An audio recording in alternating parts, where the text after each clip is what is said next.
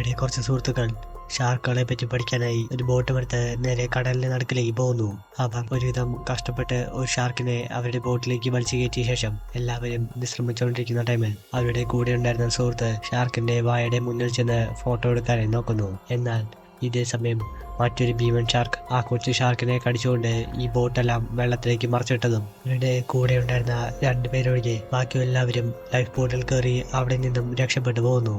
അവിടെ കട്ട് ചെയ്ത് പിറ്റേ ദിവസം രാവിലെ ഈ ഷാർക്കിനെ പറ്റിയൊന്നും അറിയാതെ ബീച്ചിൽ നീന്തിക്കൊണ്ടിരിക്കുന്ന ആ നാട്ടിലെ ആൾക്കാരെയാണ് കാണിക്കുന്നത്. അവരെല്ലാം നല്ലപോലെ എൻജോയ് ചെയ്തുകൊണ്ടിരിക്കുന്ന സമയം ഭീമൻ ഷാർക്ക് അവരെ ലക്ഷ്യം വെച്ച് നേരെ ആ കടൽ തീരത്തേക്ക് വരുന്നു. കടലിനടിയിലൂടെയുള്ള ഷാർക്കിന്റെ മൂവ്മെന്റ് നോട്ടീസ് ചെയ്ത ഒരു ലേഡി ഈ കാര്യം ഒച്ചത്തിൽ വിളിച്ചു പറയാൻ നോക്കുന്നുണ്ടെങ്കിലും അപ്പോഴേക്കും ഷാർക്ക് അവിടെ ഉണ്ടായിരുന്ന ഓരോരുത്തരെയും തന്റെ ഭക്ഷണമാക്കി മാറ്റാനായി നോക്കുന്നു. ഷാർക്ക് ബീച്ചിലുണ്ടായിരുന്ന കുറേയധികം ആൾക്കാരെ എല്ലാം ഉപദ്രവിച്ച ശേഷം ഒരു കൂട്ടം ആൾക്കാർ കടലിന്റെ മറ്റൊരു സൈഡിൽ മാറി നിൽക്കുന്നത് കണ്ട് വേഗം അവരെ ലക്ഷ്യം വെച്ച് അവിടേക്ക് പോകാനായി നോക്കുന്നു. എന്നാൽ കൃത്യസമയം അവിടേക്ക് വന്ന റെസ്ക്യൂ ടീം അവരുടെ കയ്യിലുണ്ടായിരുന്ന സോണിക് വേവ് മെഷീനെല്ലാം കടലിലേക്ക് ഇട്ടതും ഷാർക്ക് അവരെ ഒന്നും ചെയ്യാതെ പെട്ടെന്ന് തന്നെ ആ ശബ്ദം കാരണം അവിടെ നിന്നും മാറിപ്പോകുന്നു.